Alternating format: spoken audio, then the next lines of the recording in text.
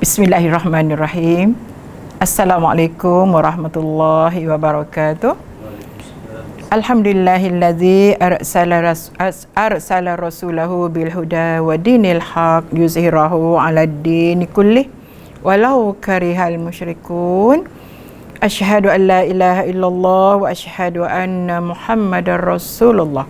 Subhanaka la ilma lana illa ma 'allamtana innaka antal alimul hakim wala haula wala quwwata illa billahil aliyyil azim. Bismillahirrahmanirrahim. La yadurruhu ma'asmihi syai'un fil ardi wala fis sama' wa huwas samiul alim. Bismillahirrahmanirrahim. La yadurruhu ma'asmihi syai'un fil ardi wala fis sama' wa huwas samiul alim. Bismillahirrahmanirrahim. La yadurruhu ma'asmihi syai'un fil ardi wala fis sama' wa huwas samiul alim. Alhamdulillah. Pertama-tama setinggi-tinggi kesyukuran kita kepada Allah Subhanahu Wa Taala kita lafazkan kerana kita masih diberi ruang dan peluang pada kita hari ini. Alhamdulillah, kita sudah berada di penghujung Ramadan. Subhanallah, ya. Sayang sebenarnya, kita rasa sayu sangat, sedih sangat Ramadan nak meninggalkan kita, ya. Kita sudah berada 25 hari bulan Ramadan. Bermakna sama ada 4 hari atau 5 hari lagi untuk kita menjalani ibadat-ibadat di sepanjang Ramadan ini, dan sebaik-baiknya untuk mengutip sebanyak mungkin pahala yang disediakan oleh Allah Subhanahu Wa Taala. Kita bersyukur, sangat-sangat syukur pada Allah. Allah beri ruang, peluang pada kita untuk berada di bulan Ramadan pada tahun 1441. Alhamdulillah, sangat-sangat bersyukur. Tahun depan kita tak pasti lagi, ya Ji. Ya, kita tak pasti lagi. Adakah Allah beri ruang lagi, Allah beri peluang lagi. Jadi kita ambillah kesempatan yang ada ini, insya-Allah, untuk merebut, untuk orang kata apa, meraih, kejar, kalau boleh berlari dah sekarang ni, ya, untuk mendapat sebanyak pahala, banyak mana pahala yang telah disediakan oleh Allah Subhanahu Wa Taala, bertaburan di mana-mana, tidak ada expired. Subhanallah, ya. Insya-Allah, terutama kalau kita menonton, ya, siaran ini, maka kita akan diberi ganjaran pahala oleh Allah SWT. Sebab kita mencari ilmu, kita dapat pahala yang banyak. Jadi mencari ilmu ni tidak semestinya dengan duduk dalam majlis ilmu, ya. Dia juga boleh sebagaimana Rasulullah kata, kun aliman au muta'alliman au mustami'an au muhibban fala takun khamisan fatuhlik. Kun aliman, jadilah kamu orang alim, ya. Au muta'alliman, ataupun orang yang belajar. Au mustami'an, ataupun orang yang mendengar.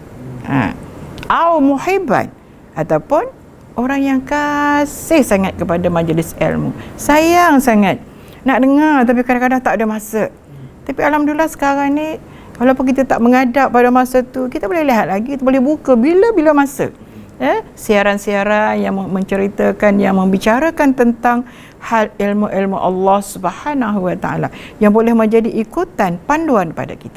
Jadi Rasulullah kata, kun aliman au muta'alliman au mustami'an au muhibban, ataupun menjadi orang yang kasih.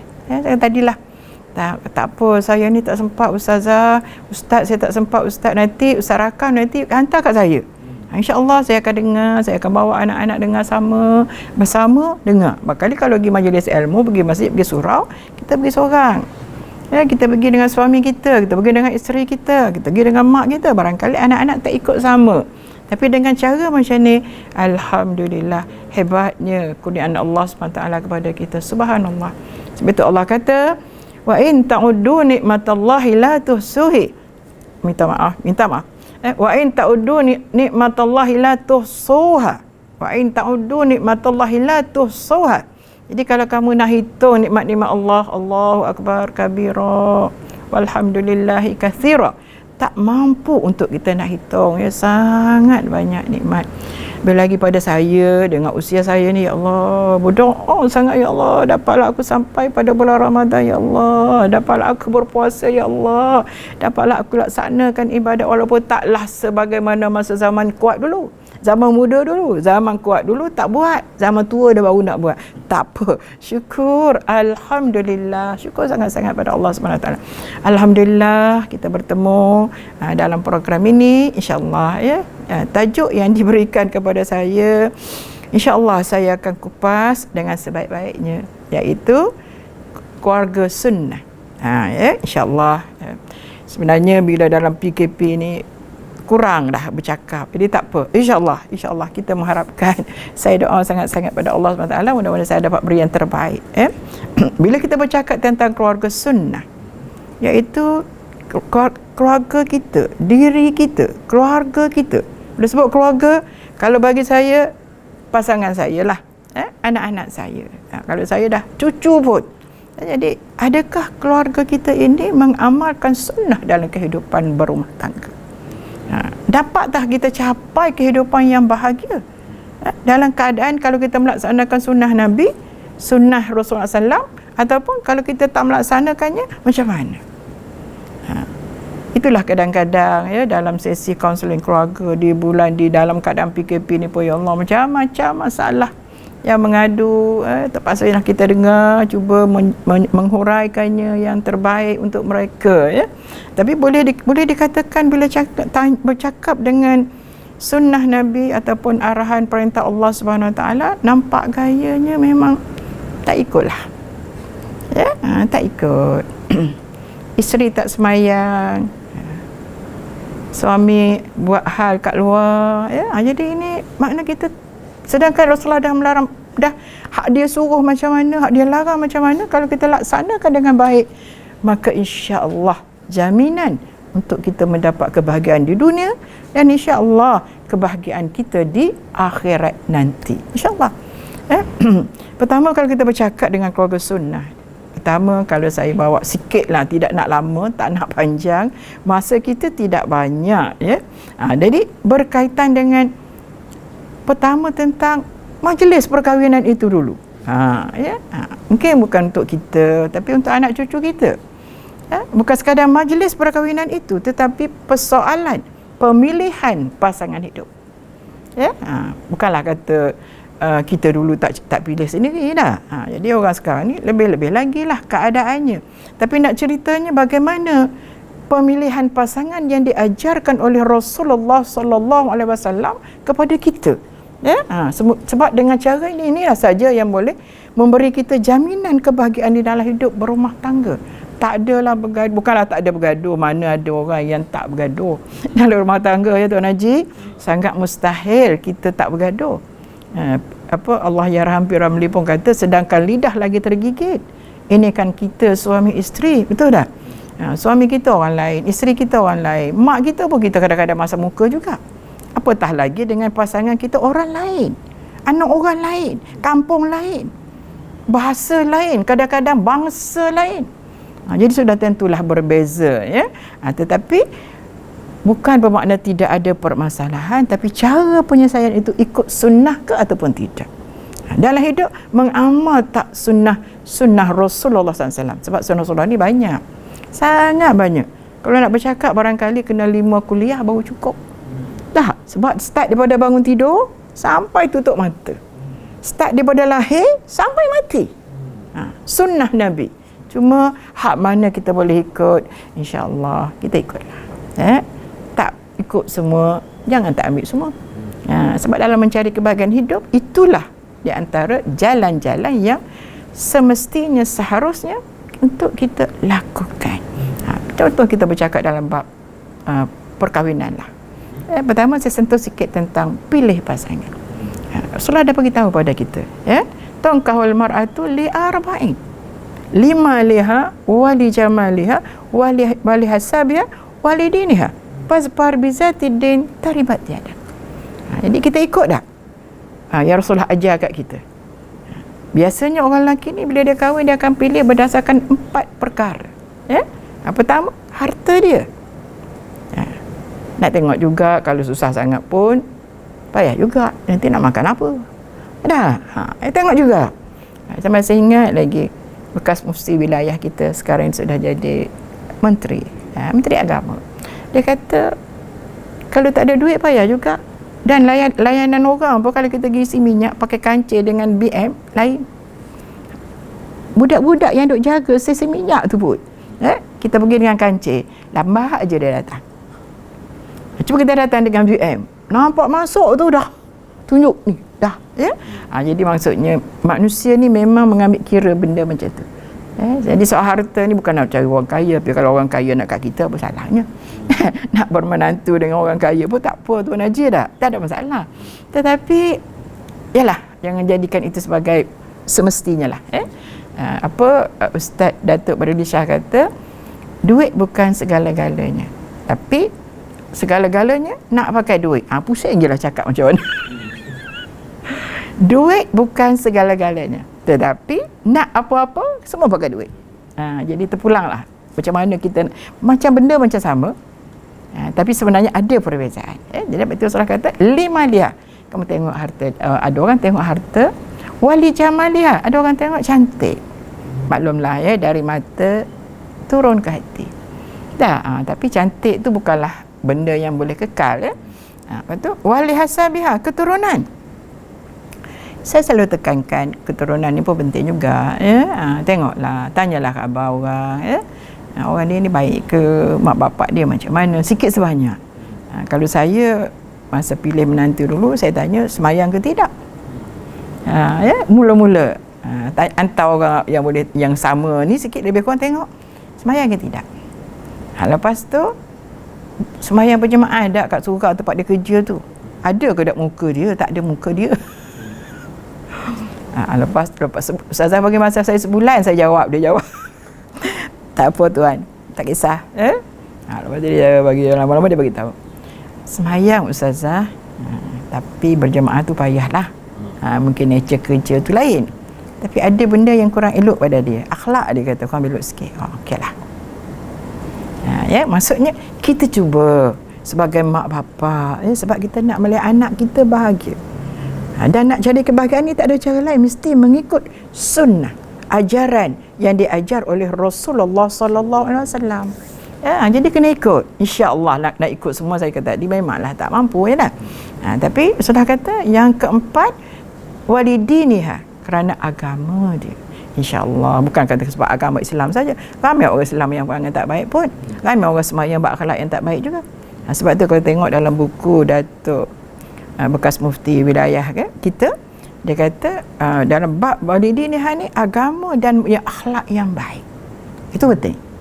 Sebab kita sebut agama, dia tu agama Islam, bagus dah. Semayang, semayang 5 waktu, tapi tak taat mak bapak kan. Bila dia kahwin dengan mak mentua pun dia tak kisah.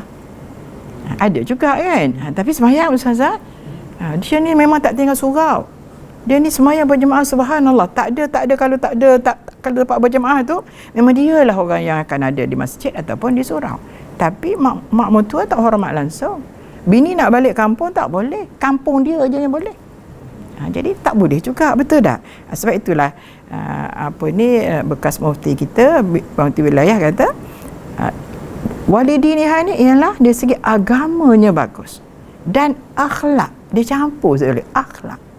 Maknanya bila sebut akhlak, tentulah tak adalah akhlak-akhlak yang tidak baik ni. Hormat orang tua paling tidak, dan mak mentua ni adalah pengganti kepada mak kita kan. Sebab tu dalam Islam meletakkan mak mentua, bapak mentua ni, kalau kita kahwin, dia ni dah tak batal semayang dah dengan kita, muabad sampai bila-bila. Bukan kata bila kata bercerai ke, mati ke suami kita, so kita dah terbatal dengan mak bapak mentua, tidak. Makna sesuatu yang diberikan oleh Islam sangat nak menunjukkan kepada kita bahawasanya mak mentua, bapak mentua ni penting dalam kehidupan berkeluarga. Kita ambil anak orang, kan kita ambil anak beruang dalam hutan. Subhanallah, memang kena ambil kira. Jadi sebab itu saya teringat sangat buku yang ditulis oleh iaitu segi sistem kekeluargaan dalam Islam, Datuk Mufti bekas Datuk Mufti wilayah. Dia kata walidiniha ini diterjemahkan kepada agama dan akhlak yang baik. Itu yang paling penting. Fasfar bizatid din, Nabi kata jaminan untuk kebahagiaan kepada kamu. Jadi sebab itulah first bila meletakkan batu asas, perkara ini macam kena dikira. Sebab bila nak kata keluarga sunnah, yakni keluarga yang dibina berdasarkan sunnah Rasulullah SAW dan juga berkahwin untuk mencari redha Allah Subhanahu Wa Taala. Sebab kalau kita tanya orang muda, kenapa kahwin? Saya sayang dia. Kenapa kahwin? Saya sangat cinta kat dia, Ustazah. Jadi tak ada jawapan, kerana Allah. Ya, kenapa berkahwin? Kerana Allah. Ya, mencari redha Allah. Bila mencari redha Allah, kita akan cuba sedaya upaya nak melaksanakan apa yang Allah suka. Apa yang Nabi ajar pada kita yang Allah suka. Yang Allah tak marah kat kita. Yang Allah tak murka pada kita. Sebab bila kita Allah marah, berarti kita payah nak bina kebahagiaan. Hati pun tak senang. Bukan ada duit banyak itu yang jaminan kebahagiaan. Laisal ghina an kasratil aradi walakinal ghina ghinan nafs. Bukanlah bahagia itu kerana banyak duit, tapi bahagia itu bila hati kita senang. Rasa senang tak? Tuan Haji sendiri balik rumah, senang tak hati? Senang. Tengok isteri macam mana? Senang. Apa kata Ustaz David Liu? Isteri dia adalah bidadari dia. Dah. Apa lagi yang nak? Bidadari dunia dah. InsyaAllah sampai ke akhirat. Ini tengok bini kita tak lawa, tengok bini orang lain lawa. Bukan bidadari isteri kita dah. Jadi maksudnya takut perkara-perkara yang tidak elok, maka sebab itulah kita nak bina keluarga bahagia payah. Bila Allah marah, maka susah kita nak bina keluarga bahagia. Sebab itu bila kita kahwin, insya-Allah anak kita ke, cucu kita ke, insya-Allah kawan-kawan kita ke, biarlah mereka ini bertanya kahwin kenapa? Kerana Allah, mencari redha Allah. Itu. Kalau kahwin hanya sekadar kerana dia tu cantik, Nabi kata cantik tak kekal. Bila dah besar, tak ada daji, tak lawa dah. Bubuhlah color apa sekalipun, dah tak lawa dah. Kalau kena kaya pun ada masa merudung juga, jatuh juga kan. Jadi kalau kahwin kerana agama, insya-Allah dia akan punya akhlak yang baik. Dalam setiap dia bertindak, dia akan mengambil keputusan dengan cara yang terbaik.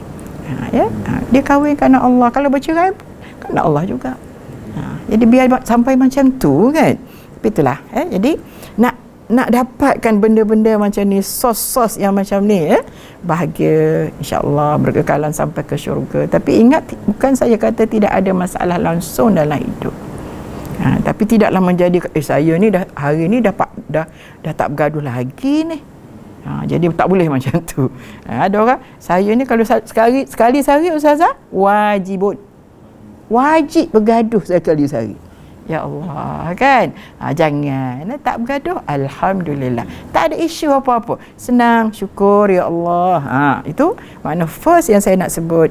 Dalam nak bina keluarga bahagia, selain daripada memilih pasangan yang baik, kita niat dan nawaitu lillahi ta'ala, maka insya-Allah kita pun berkahwinlah, akad nikah dengan restu mak bapak. Itu yang kita harapkan. Mak bapak tolong, tolonglah restu anak-anak kita nak kahwin. Walaupun 10 kali kita tak suka. Sebab bukan kita yang nak kahwin, anak kita. Dia yang nak hidup dengan bini dia. Dia nak duduk dengan suami dia. Kita dah just tengok sekali-sekala tu dia mari. Tak nak tengok tutup mata. Dah. Jadi kalau kita tak suka pun, kalau mak bapak restu, insya-Allah. Sebab redha Allah bergantung kepada redha kedua ibu bapa. Ini adalah hadis Nabi, radallahu redal walid wa saqatallahu wa saqatal walid. Allah akan redha terhadap pasangan yang pada orang anak-anak yang diredai oleh mak bapak. Allah akan benci terhadap anak-anak yang dibenci oleh mak bapak. Jadi kalaulah kita kahwin, mak bapak tak suka, berarti dia benci. Dan memanglah kadang-kadang kita pun nak ikut mak bapak kita punya pilihan, tapi dah kita tak suka. Nak buat macam mana kan? Jadi kita mak bapak ni, saya rasa kita lah yang korbankan. Kita ikut dia, apa salahnya? Kita nak tengok hanya beberapa ketika sahaja dia bahagia. Takkan nak tengok dia menderita. Halau anak keluar daripada rumah tak mengaku anak-anak kita, dia tak apa, mak ayah tak mengaku, tak apa, dia dapat kahwin aja. Lepas ni dia kata mak takkan putus dengan anak. Jadi dia rela. Jadi kita tak nak lah, biarlah mak tak suka, tetapi tak apa, mak redha. Mak nak melihat kamu bahagia. Mak doakan, insya-Allah doa mak tu makbul. Bila mak doa, anak akan bahagia, insya-Allah. Salah silap dia tu kita maafkan. Jangan bubur, jangan simpan di hati. Sikit pun kalau boleh jangan ada. Ini berdasarkan pengalaman-pengalaman saya lah dalam sesi kaunseling kan. Kalau kita tanya macam mana nak kahwin dulu, mak tak suka, ayah suka, tapi mak tak suka. Ada orang ayah tak suka. Kalau ayah tak suka, susah. Macam mana nak dapat perwalian? Nak tak nak, kahwin siap. So sini problem lagi, sulit, rumit. Bila perkahwinan tak didaftarkan, itu saya kata orang bercakap tu memang panjang. Bila perkahwinan tak didaftarkan, semana dengan masalah anak-anak, memang boleh buat surat beranak, tapi tanpa ada bank ataupun benti kepada ayahnya walaupun mereka berkahwin. Tapi sebab kahwin di selatan Thailand contoh, ya. Jadi kenapa pergi kahwin di sana? Mak bapak tak suka, tak dapat restu mak bapak. Jadi sebab itu saya kata, apa pun bila anak suka, jalan je lah, insya-Allah. Kita di belakang saja, kita doakan, doakan moga-moga anak kita bahagia. Tak apa ya Allah, aku tak suka ya Allah dengan perkahwinan ini ya Allah, tapi aku redha ya Allah. Mana tahu sesungguhnya jodoh itu adalah ketentuan Allah Subhanahu Wa Taala. Kenapa kita nak petikaikan hal ini, ya? Jadi itu.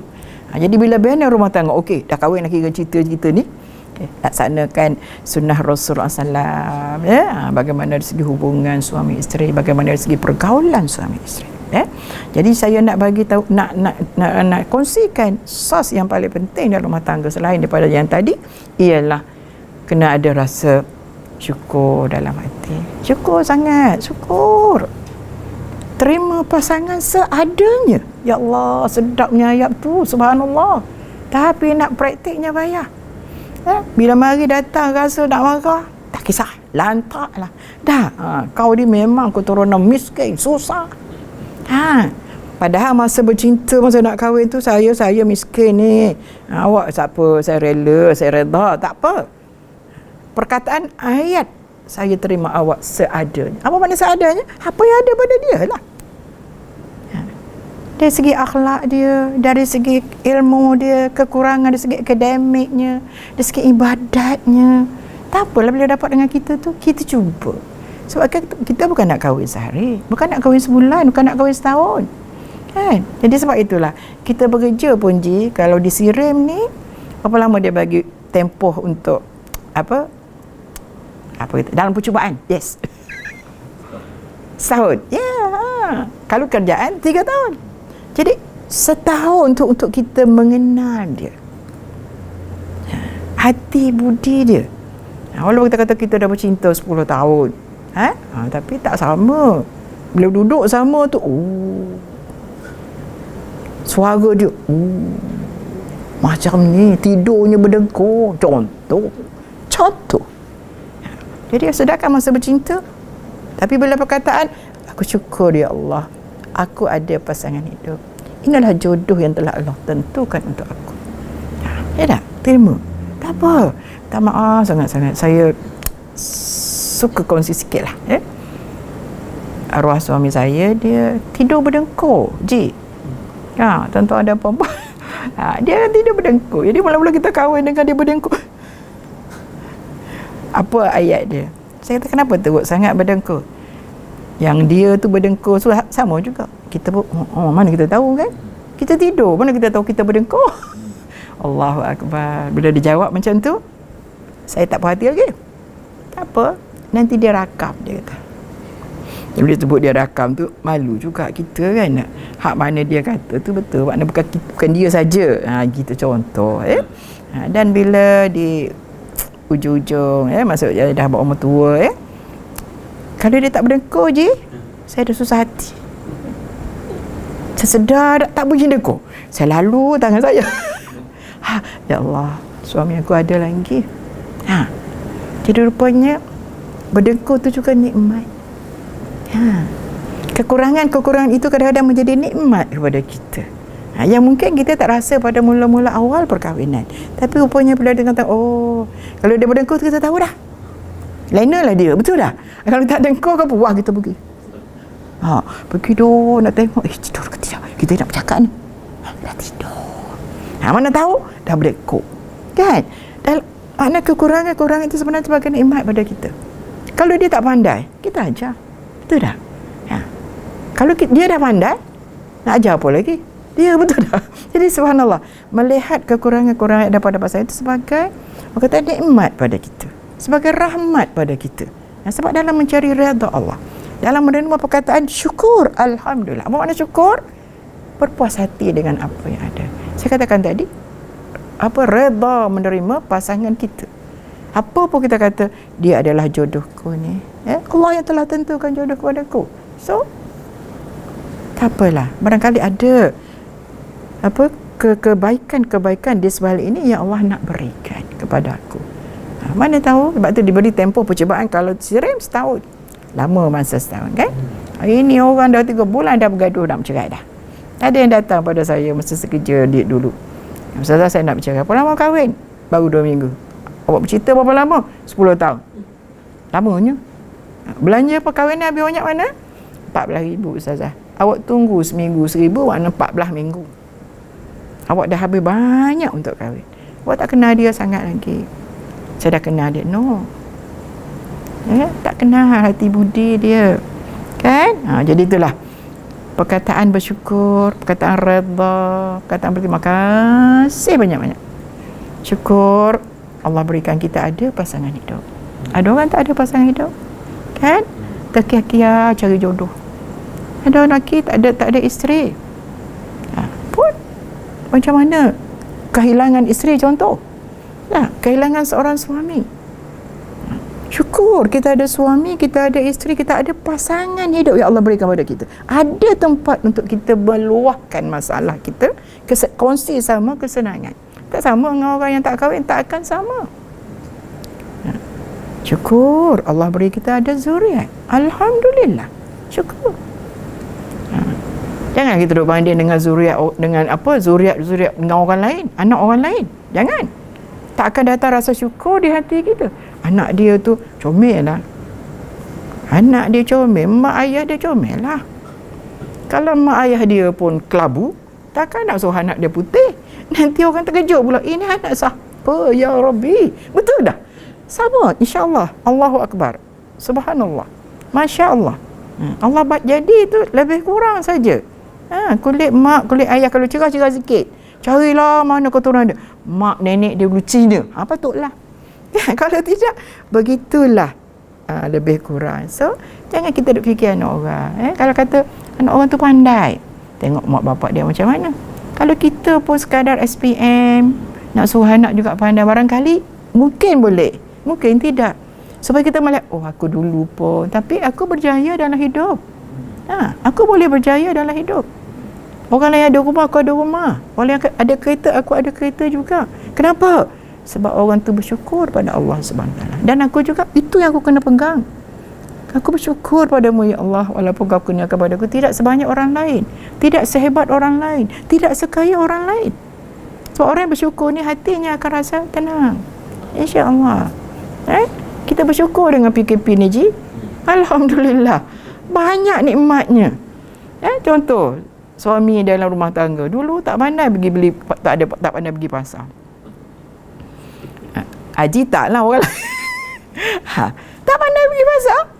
Suruh beli lengkuas, pergi beli halia. Suruh beli halia lengkuas. Maksudnya, yalah, bukanlah kita nak kata syukur tu, tapi kalau kita melihat dalam aspek yang kecil pun, alhamdulillah sayang, dulu abang tak kenal lengkuas. Makan tahu. Kan? Suruh pergi beli halia, beli lengkuas sepunya 1 kilo, nak buat apa? Beli cili 1 kilo, semua pakai 1 kilo belaka. Orang lelaki dah. Bila dia balik, bagi tahu kat dia, bang, bukan nak banyak bang. Kau beli sini tak perlulah besar-besar je. Ya Allah, beli sikit je bang. Jadi maksudnya mengajar suami sedikit mengurus hal-hal rumah tangga. Tahu kepayahan isteri. Kita melihat benda-benda macam ni, kalau kita bersyukur walaupun dalam apa keadaan sekalipun, maka insya-Allah kita akan rasa hati kita senang. Syukur ada PKP, mengajar seorang ayah dan seorang suami sembahyang berjamaah dengan isteri. Subhanallah. Ada orang ustazah Saya boleh dikatakan tidak pernah sembahyang berjemaah dengan isteri. Tapi sembahyang kat mana? Saya sembahyang di surau, masjid. Isteri saya? Jadi bersyukur tu sangat luas. Dan Allah cakap kepada kita apa? La in syakartum la azidanakum. Wa la in kafartum inna azabi lasyadid. Kalau kamu bersyukur, aku tambah. Jadi rumah tangga sunnah Rasulullah SAW ialah rumah tangga yang sentiasa bersyukur pada Allah. Sikit bersyukur, banyak pun bersyukur. Sehat bersyukur, sakit pun bersyukur. Kita ni kalau sakit je, subhanallah, cerita kat orang habis. Hak sihat 10 tahun tak kisah. Tapi hak yang sakit 2 hari ni, Allahu Akbar. Jadi kalau kita bersyukur, Allah banyaknya nikmat Allah kepada kita, sangat banyak. Melihat sesuatu, oh aku syukur anak aku. Ada yang tak pandai seorang ni, tak apa, dia lah yang duk jaga aku sekarang. Adik-beradik lain, anak-anak yang lain semua lulus universiti, jadi pegawai, jadi apa semua kan. Jadi tak ada di kampung, semua bekerja di luar Melaka. Tapi yang tak pandai ni, yang sekadar SPM 3 dulu 3 ya, jadi sekarang tak kira dah. Kalau dia patah nama apa, saya pun tak reti dah nak sebut. Maknanya yang ni kerja dia pun kurang lah, sebab SPM dia 3. Contoh jangan pula kecil hati orang yang SPM macam tu, tidak ya. Tapi rupanya anak inilah ustazah yang jaga saya di kampung, yang beli makanan pagi, yang bawa saya ke hospital bila saya sakit. Nak panggil anak KL Kuala Lumpur tu susah. Bila dia sakit ustazah, saya yang jaga dia. 3 tahun ustazah saya berhenti, saya cuti tak bergaji sebab gaji saya kecil. Abang-abang gaji besar, tak mau cuti, tak bergaji. Dia orang hanya balik seminggu, 10 bulan sekali sahaja. Kan nampak tak? Rahmat Allah SWT melimpah ruah. Tak ada masalah. Adalah hikmah di sebalik itu. Saya kata tadilah, ada anak yang pelajarannya tak berapa tinggi, tapi alhamdulillah kan. Jadi kita dengan anak kita, tak apalah Long, Alun tak berjaya, tapi insyaAllah Alun boleh buat bisnes ni, alhamdulillah. InsyaAllah ada anak kawan saya tu, anak dia 5, semua lelaki. Hak lain-lain tu berjaya, tapi hak yang ketiga ni, yang kedua setakat SPM saja. Tapi sekarang ni dengan bisnes, subhanallah. Yes. Kalau nak tengok kaya hak yang SPM ni lah. Nak banding dengan Yellow University, yang tu kita makan gaji setakat tu aja gaji kita kan, setiap bulan naiklah setahun sekali macam tu aja. Tapi orang bisnes ni ada masa dia naik, tapi ada masanya dia rugi kan. Gitulah kehidupan kita. Kalau sentiasa berjaya, saya rasa tak ada cubaan daripada Allah, itu tidak ya. Itu kita bersyukur. Syukur pertama tadi kita ada suami, kita ada isteri ataupun kita ada pasangan hidup. Kita syukur kita ada anak-anak yang sihat, yang bagus akhlaknya, yang kita didik dia dengan pendidikan agama yang baik, pendidikan yang diajar oleh Rasulullah SAW kepada kita. Kita bersyukur. Walaupun tak pandai, tapi sembahyang bagus, akhlak bagus dengan mak bapak. Subhanallah. Itu yang kita harapkan. Orang kata sejuk di hati, sejuk mata memandang, hati pun sejuk juga ya. Ada setengah tu kaya kereta besar tapi sakit hati. Sejuk tengok kereta, sejuk pergi tengok rumah dia, tapi hati sakit kan, dengan perangai akhlak bini dia ke, perangai anak ke yang tak hormat pada mak bapak ya, tak hormat pada nenek. Jadi macam-macam. Tapi kita bersyukur. Allahu Akbar. Allah janji dia akan tambah apa kat kita. Kalau kita bersyukur dari segi harta, Allah tambah harta kat kita. Kita bersyukur dengan kebahagiaan Allah beri pada kita. Ya Allah, aku bahagia sangat ya Allah memiliki isteriku yang sangat taat padaku.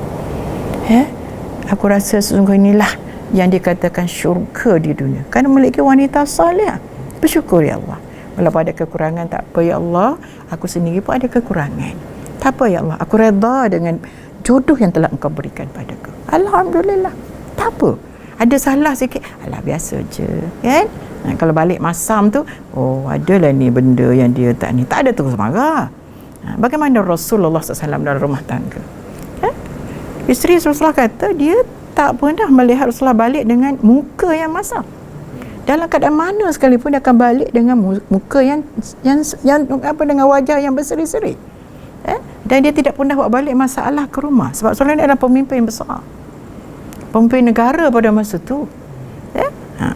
Jadi dia tak pernah balik daripada urusan-urusan kerja dia dalam keadaan yang masak. Dia tak pernah bawa balik masalah ke rumah. Bila dia balik, dia akan tersenyum dengan wajah yang berseri-seri. Subhanallah.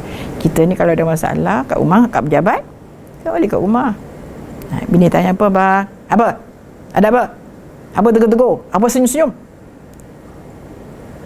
Duduk atas kereta dulu 10 minit, 15 minit, relax dulu.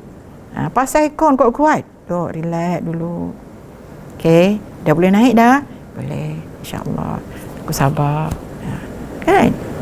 Nak bercerita ke isteri ke, nak berhadapan dengan isteri ke, relax dulu. Isteri pun macam tu juga. Bila ada masalah kat pejabat, tinggal kat pejabat. Kadang-kadang tak sempat habis. Dah atas kereta duduk dulu. Orang tua lah pesan, duduk 10 minit, 15 minit dulu dalam kereta. Tengok dulu, ingat balik aku ni nak berhadapan dengan isteriku, suamiku, anak-anakku, tak nak wajah yang macam mana. Kita pergi kerja dulu, dia bekerja pagi tadi manis sangat, cantik, berseri. Balik rumah muka masam bila ada masalah. Jadi Rasulullah tidak pernah balik dengan muka yang masam, tidak pernah bawa balik masalah di rumah. Dan kalau kita tengok bagaimana waraknya, zuhud Rasulullah SAW, subhanallah, bertolak ansurnya Rasulullah dalam rumah tangga. Balik, kalau tak ada makanan kat rumah, apa dia buat? Tanya isteri, ada masak apa? Belum masak lagi. Tak apalah, dia masuk kat dapur, dia tolong, sebagaimana Aisyah kata, Rasulullah tolong membantu kerja-kerja di rumah. Setelah pergi pasar, nanti saya kata tadi, saya bersyukur dengan PKP ni, ramai suami yang pandai pergi pasar. Walaupun peringkat awal tak pandai, tak apalah. Isteri pun, alhamdulillah bang, abang tak pandai bang, senang saya bang, kalau saya ada hal, abang lah boleh pergi pasar. Boleh. Alhamdulillah. Ada setengah isteri tak pernah pergi pasar. Tak pernah urus hal-hal rumah, begitu bayar bil apa semua, tak pernah. Tapi bila suami sakit, tengok nikmatnya. Saya pandai Ustazah pergi bayar bil kat mana. Kalau tidak tanya kat mana nak bayar bil. Apa tu? Ada orang, ada isteri, suami yang bawa kereta dari kerja. Suamilah ngantar-ngambil. Tak kira hujan ke apa semua, suamilah. Bila suami sakit, bang saya nak kena bawa kereta bang, saya kena belajar. Okey, dulu tak nak. Ada setengah tu, lesen dah ada dah. Tak bawa aja. Kan? Kenapa tak bawa? Suami ada Ustazah, dia kan suami, dia kan ketua keluarga, dia ngantar ngambil. Saya senang Ustazah, tak payah fikir jam tak jam, saya naik kereta saya tidur je. Tak nak rasa bagaimana payahnya suami bawa kereta dalam jam. Tahu-tahu naik kereta tidur, balik rumah boleh buat kerja. Ada isteri yang macam tu, sama-sama lah kan. Tapi kadang-kadang ada bini pun bising juga, tak seronok juga. Bah, jangan, dah. Kau diam, kau tidur je lebih baik daripada kau duk bising mulut. Tapi nak ceritanya, kadang-kadang benda tu yang saya katakan tadi, kesusahan, kekurangan itu menjadi nikmat sebaliknya. Itulah. Bila suami sakit Ustazah, saya boleh bawa kereta. Selama ni lesen saya gantung 10 tahun Ustazah. 20 tahun saya tak boleh bawa kereta, saya takut. Tapi bila suami sakit, terlantar, saya tak ada orang lain Ustazah. So saya gagah juga untuk bawa kereta. Alhamdulillah. Semalam pun ada orang call saya Ustazah, menantu saya meninggal Ustazah, baru umur 38 tahun. Anak saya 36. Jadi anak saya ni tak pandai kereta. Selama ni memang suami hantar, suami ambil. Tak pernah terfikir yang suami akan pergi dulu. Jadi Ustazah, macam mana sekarang ni? Dia dalam edah. Ceritanya dalam edah.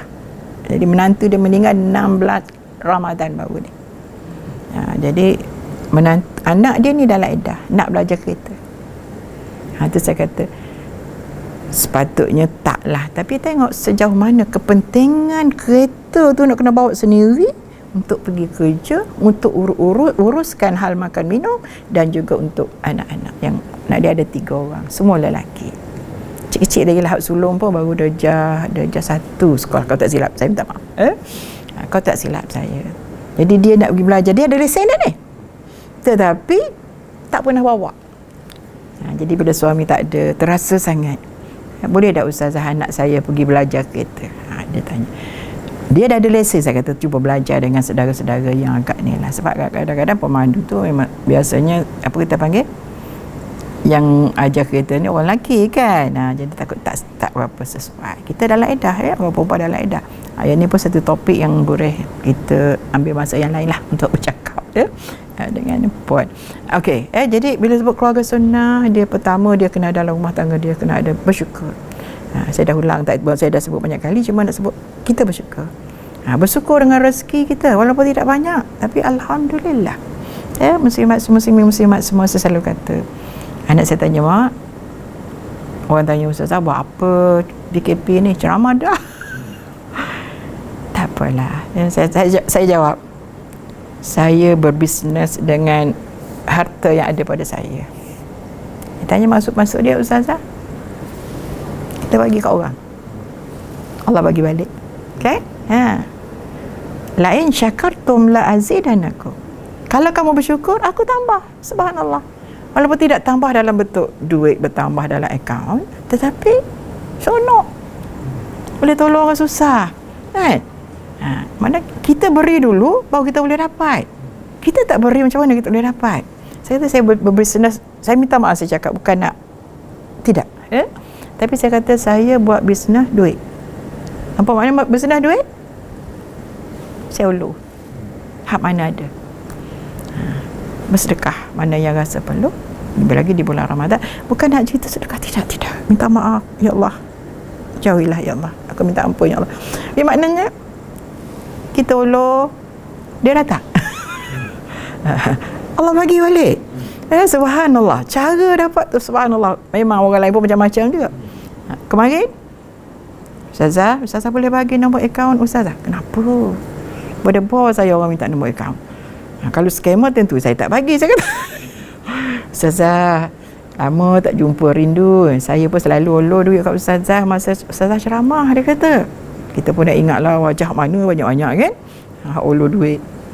Rindu ustazah, 3 bulan dah tak jumpa. Saya nak bagi duit kat ustazah. Subhanallah. Rezeki kan. Kadang-kadang kita unjuk banyak pagi, tengah hari ada masuk. Macam kita belanja orang tak, esok ada orang lain pula belanja kita makan. Itulah ya, subhanallah. Sebab tu Nabi kata pada kita, orang yang bersedekah tak akan kurang, malah bertambah. 3 kali Rasulullah ulang kepada kita, orang bersedekah ni tak akan miskin, tak akan kurang duit kita, malah Allah akan tambah, malah benda tu akan bertambah sebenarnya. Paling tidak kita rasa senang hati.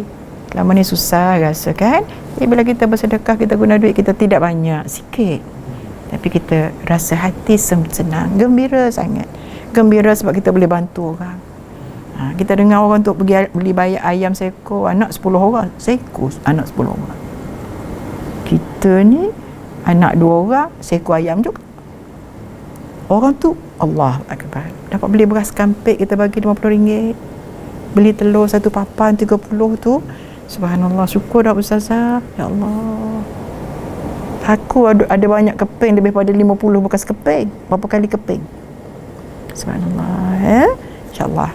Jadi dalam rumah tangga sebab bersyukur tu banyaklah. Kita boleh pergi kepada bersedekah, ya. Apa buat keluar tak apa, ajar anak-anak untuk bersedekah. Bagi tahu kat dia. Anak-anak ni kalau kita tak ajar, dia tak pandai. Kena bagi tahu. Ni kalau pergi rumah orang ni, ulur duit. Kalau anak saya zaman-zaman dia ni, mak nak ambil duit banyak mana? Nak balik raya ke sampai sekarang pun kadang-kadang nak. Mak nak bagi kat siapa mak? Kita cakap yang ni. Oh, jadi Along kena ambil, Pak kata, ya. Okey. Kadang-kadang kita tak cakap balik rumah. Duit apa? Mak tak cakap. Saya kata untuk kita sedekah, Allah bagi rezeki, subhanallah. Anak saya paksa jugalah. Bila dapat bonus zakat, kira duit zakat bawa keluar dulu. Okey. Kalau tak keluar juga zakat dah kira. Belum mak, belum. InsyaAllah. InsyaAllah rezeki kita bertambah. Dah keluar zakat, lain lagi sedekah. Tidak pun selalu kata, Alung cadar nak bagi duit kat mak ni, tapi tak ambil lagi. Saya kata selagi tak bagi, pahala tak banyak. Niat saja baru satu. Kan Nabi kata, bila kita niat nak buat benda baik, satu pahala. Belum buat, satu. Allah dah bagi dah. Bila kamu buat 10, malah berganda-ganda sampai 700 kali ganda. So kita nak hak satu ke nak hak 10 kali ganda? Sudah tentu kita nak yang hak 10. Malah Allah kata lebih daripada itu aku tambah. Subhanallah. Jadi anak saya kalau dia cakap, mak duit ada nak bagi kat mak, bila nak bagi? Bukan mak nak sangat dia. Mak nak dia cepat mendapat pahala. Mak nak dia mak nak Along adik dapat rasa ganjaran pahala. Kalau setakat niat baru satu, duk simpan pula seminggu pula. Contoh dah. Jadi lambatlah datang pahala kepada kita, ya. Jadi maksudnya dia yang masuk dalam bab bersyukur tu sangat banyak, ya, dalam rumah tangga. Dan inilah yang Rasulullah SAW amalkan dalam kehidupan dia. Subhanallah, ya. Sebab tu Rasulullah dalam bersedekah dia tak sayang pun. Kadang-kadang tak ada saja, ya. Pernah satu hari datang seorang kanak-kanak, bukan kanak-kanak lah, budak, ya, datang. Dia kata nakkan baju Rasulullah SAW yang dipakai oleh Rasulullah. Sedangkan Rasulullah pun bukan banyak sangat, ada 2 helai saja. Dia bagi. Kalau kita ada 2 helai, taubat tak bagi. Ada 10 pasang dalam almari pun confirm tak bagi. Kecuali banyak pun kita tengok, oh ni tak pakai, ni tak kita bagi, kan. Sebab itu kemurahan Rasulullah SAW lebih kuat, lebih laju daripada tiupan angin. Lebih laju lagi. Kalau angin tu kuat, dia lebih laju lagi dari segi sedekah dia. Sebab dia ada RM10, dia bagi RM10. Kita ada RM10 nak bagi 50 sen pun kita sayang, kan. Jadi berbeza bunyi kalau kata-kata kita. Saya pun sedekah RM10 juga ustazah dalam tabung, tapi duit kita ada RM5,000, kita bagi RM10, kan. Berapa persen baru? Sebab tu orang-orang yang nak masuk syurga Allah SWT mestilah orang yang banyak bersedekah, banyak menginfakkan harta dia. Sebab itu Rasulullah SAW sendiri semasa dia hidup, dia boleh tunjuk sahabat-sahabat dia, ini ahli syurga, ya? Ini ahli syurga. Contohnya Abu Bakar, bukan sekadar ibadat dia saja, tapi sedekahnya 100%. Dia bagi semua harta dia. Bila ditanya kamu nak makan apa, ada Allah dan ada Rasulullah SAW. Begitu yakin. Kita tak ada keyakinan kita sampai macam tu. Kita cakap aja kita ikut sunnah Rasulullah, tapi bila nak bersedekah, hari ni baru 18, gaji tak masuk lagi, kan. Jadi kita kan, sebab kita tahu rezeki pada Allah, tapi keyakinan tu Allah akan beri rezeki pada kita, tak tahu nak cakap macam mana, tak full. Dia Abu Bakar ditunjuk oleh Rasulullah SAW ialah kerana dia pemurah. Dan Allah pun sebut dalam Al-Quran, orang yang bersedekah harta dia, ketika dalam keadaan senang dan susah. Kita ni bila susah tak ada dah nak sedekah, senang aja boleh bagi, kan. Jadi maknanya Abu Bakar, Umar separuh. Ini Umar di antara orang yang disebut oleh Rasulullah SAW sebagai ahli syurga.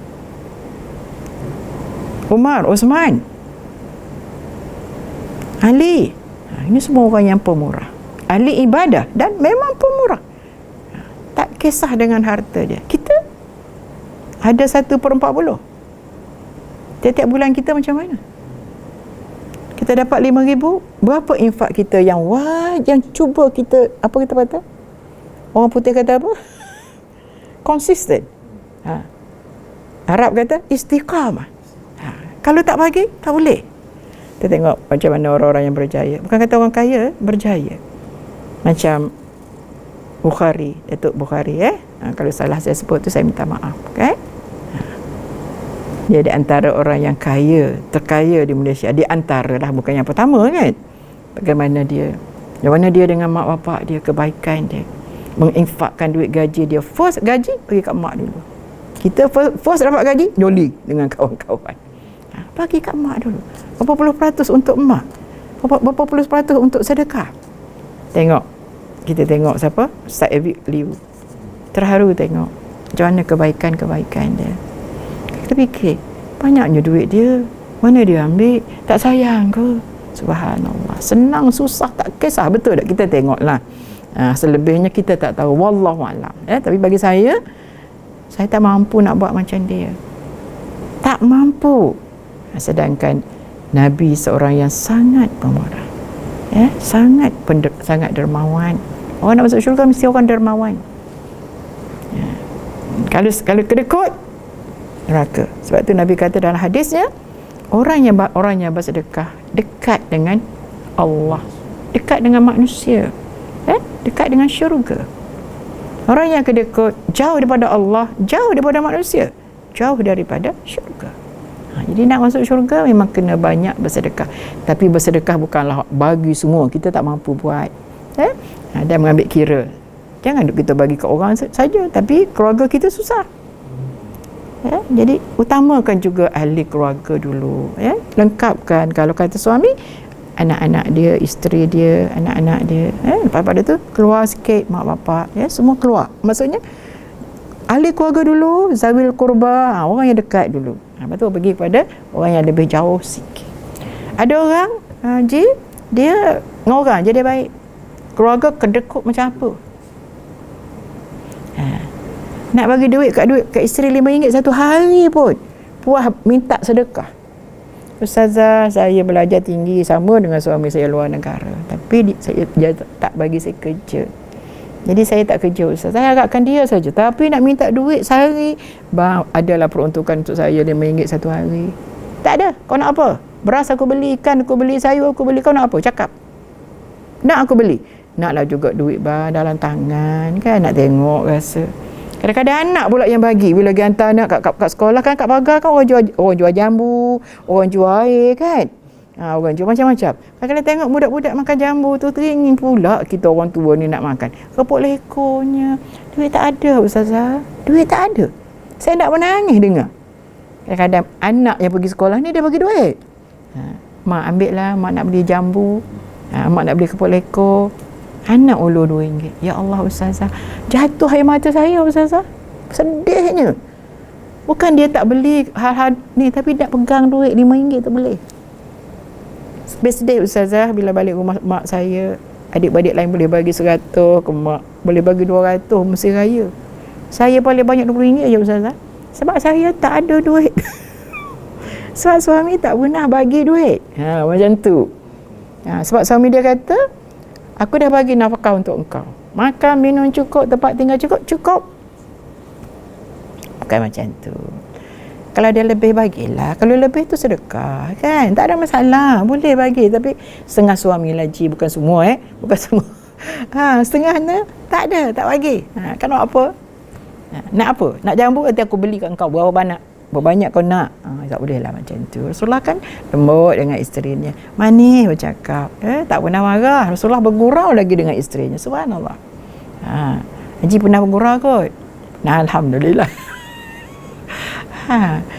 Mengusik, bergurau, itu semua ni sunnah Rasulullah, amalan Rasulullah SAW. Jangan kita kata no, tidak. Tidur atas riba isteri, ya Allah. Kan hebat tu. Kita sekecil itu pun tak boleh nak buat, apatah lagi nak baca Quran macam Rasulullah, nak semayang macam Rasulullah sampai bengkak kaki. No, kita bercakap nak amalkan sunnah Rasulullah. Cuba buat yang kecil-kecil tuan rumah tangga. Layan isteri dengan keadaan yang sungguh baik, layan suami dalam keadaan yang sangat baik, layan anak-anak dengan keadaan yang sangat baik. Apa istilah kata? Santuni, kan? Jangan anggap isteri kita sebagai babu. No. Saya ingat sangat arwah Ustaz Sulaiman Ndut dulu. Setengah orang yang lama-lama macam saya masih ingat lah Ustaz Sulaiman Ndut. Dia kata, isteri kamu bukan babu. Isteri kamu adalah teman setia anda. Teman kita. Senang susah kita bersama.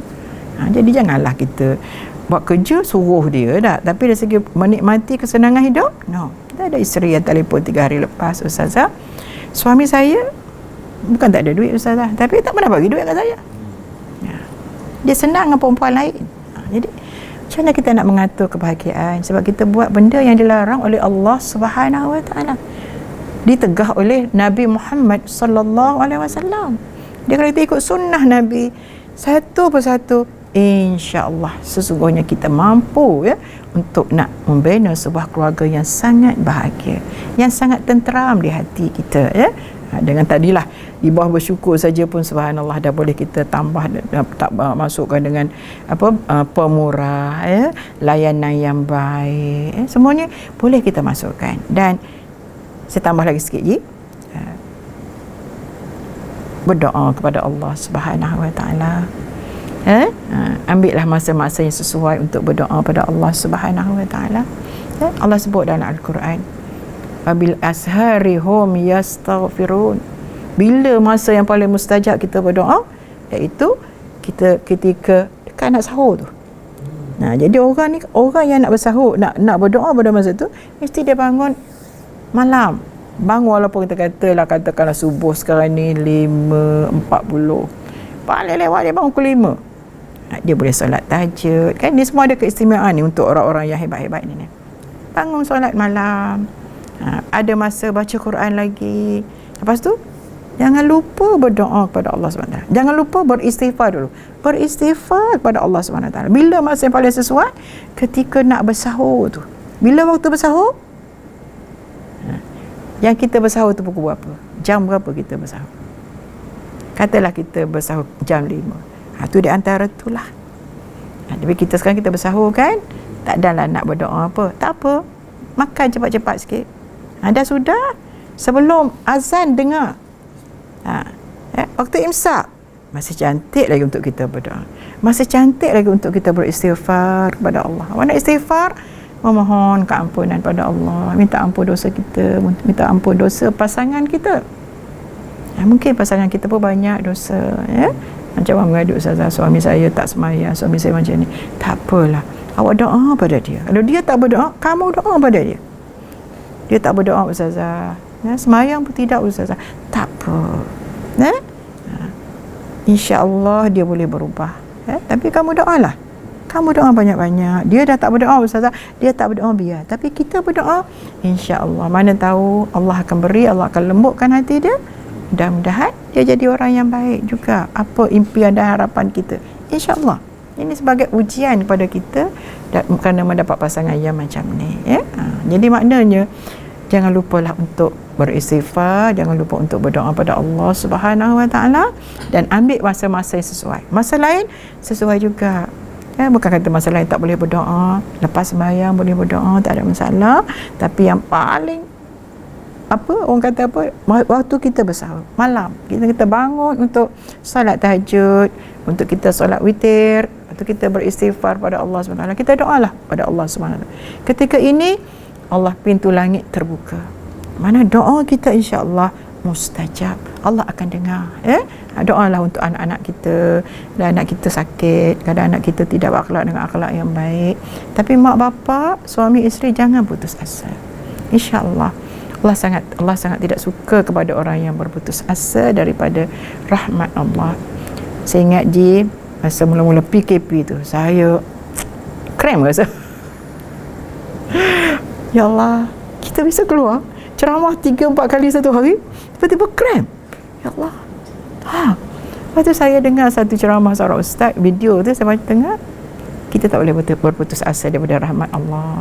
Kasih sayang Allah. PKP pun kasih sayang Allah kepada kita. Saya merenung, subhanallah, selama ni aku cakap dekat orang, aku punya payah nak krem.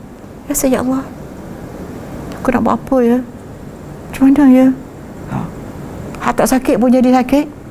Tapi teringat Allah kata dalam hadis kursi, ana zanni abdi bi, aku akan ikut apa sangkaan kamu terhadapku.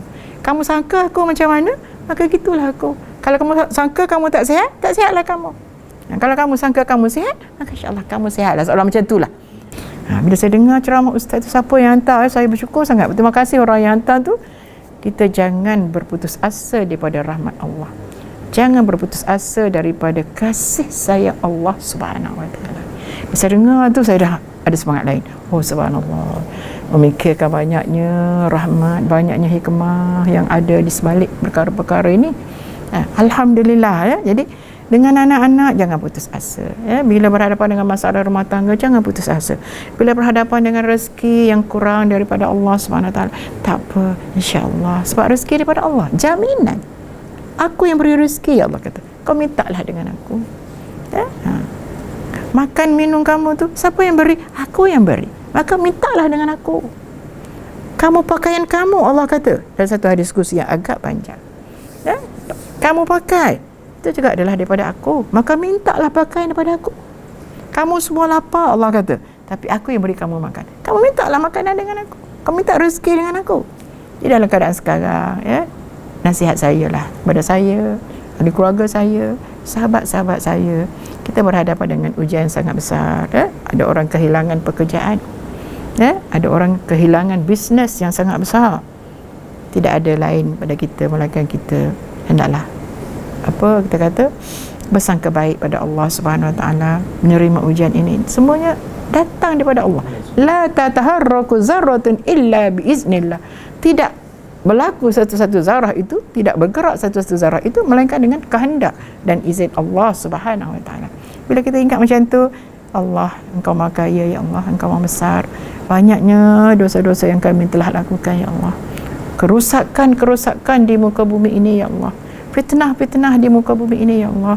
Sesungguhnya ujian-ujian Engkau ini mudah-mudahan menjadikan aku lebih bertaubat pada Engkau, sedar atas kekurangan-kekurangan dan kelemahan-kelemahan kita, sedar atas dosa-dosa dan kesalahan-kesalahan yang telah kita lakukan. Mungkin kita berdosa, mungkin pasangan kita juga berdosa, mungkin anak-anak kita juga berdosa, mungkin mak bapak kita juga berdosa, adik-beradik kita berdosa. So sama-sama kita berdoa, maka insya-Allah Allah janji, kita ingat dia ingat kita. Kita lupa dia lupa kita. Kita jaga Allah, Allah jaga kita, insya-Allah. Tapi kalau kita tak jaga Allah, Allah jaga kita juga. Kita sayang Allah, Allah sayang kita. Kita tak sayang Allah, Allah tetap sayang kepada kita.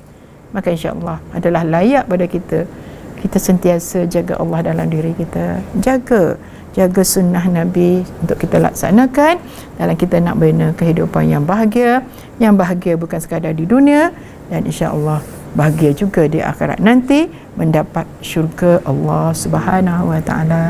Bukan senang, sebut senang syurga, nak buat tu susah sangat. Tapi bermula daripada kehidupan berkeluarga. InsyaAllah nafkah kita pada isteri kita dapat pahala, nafkah isteri kepada suami dapat pahala, buat baik pada suami dapat pahala, buat baik pada isteri dapat pahala, nafkah untuk anak-anak dapat pahala, ajar anak-anak dapat pahala, semua insya-Allah. Mudah-mudahan kita dapat membina sebuah keluarga yang sangat bahagia. Yang bahagia bukan kata nampak ada yang kita nampak, tapi memiliki kebahagiaan di hati yang sangat hebat, sangat hebat hati ni, insya-Allah. Hati kita sentiasa rasa senang, bila nak bersedekah pun senang hati, ya tak? Bila nak buat baik pun rasa senang hati, sebab semua hak Allah belaka. Kalau dia nak ambil, dia akan ambil pada bila-bila masa. Jadi setakat itu dululah untuk kali ini. InsyaAllah barangkali peluang-peluang yang lain kita boleh bertemu lagi, dan sama-samalah insyaAllah kita doakan. Pertama, moga-moga keluarga kita bahagia. Yang kedua, insyaAllah kita rebut peluang-peluang yang ada di Ramadan ini yang masih berbaki, walaupun tidak banyak, tapi kita masih ada. Yang pasti kita tidak tahu lagi tahun depan kita boleh berada di Ramadan senikmat ini, dan begitu juga kita sama-sama doakan mudah-mudahan negara kita kembali sembuh ataupun dapat menyelamatkan daripada penyakit COVID-19 ini, yang juga merupakan datang daripada-Mu, ya Allah. Sesungguhnya Engkau yang beri kesembuhan, ya Allah, pada kami semua. InsyaAllah mudah-mudahan kita ambil yang baik, insyaAllah. Yang tak baik itu saya minta ampun, minta maaf. Wabillahi taufiq wal hidayah. Wassalamualaikum warahmatullahi wabarakatuh.